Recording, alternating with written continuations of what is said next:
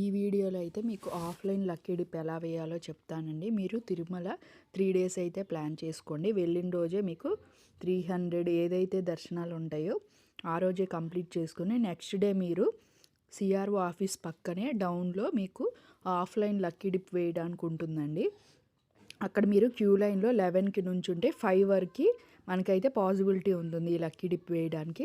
So మీ time చూసుకొని మీరు వెళ్ళి అక్కడ లక్కీ డిప్ వేసుకోండి. అక్కడ మీరు సింగిల్ సేవకైనా వేసుకోవచ్చు, లేదంటే ఈ 5 అని సెలెక్ట్ చేయించుకోవచ్చు. మీరు కనుక సెలెక్ట్ అయినట్టయితే మీకు 5 తర్వాత ఎగ్జాక్ట్గా వాళ్ళు టైం మెన్షన్ చేస్తారు. ఆ టైం కల్లా మీకు మెసేజ్ వేస్తే వస్తుంది మొబైల్కి.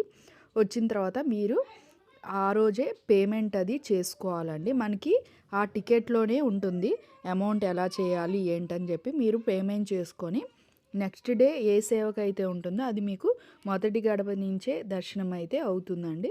ఆల్మోస్ట్ ఎంత టైం అయితే ఆ సేవకు ఉంటుందో ఆ టైం వరకు ఉండి స్వామివారిని మొదటి గడప వరకు అమౌంట్ అంటే 120 జస్ట్ 100 కట్టించుకొని మీకు ఈ సేవలను అయితే టీటీడీ వాళ్ళు అందజేస్తున్నారు.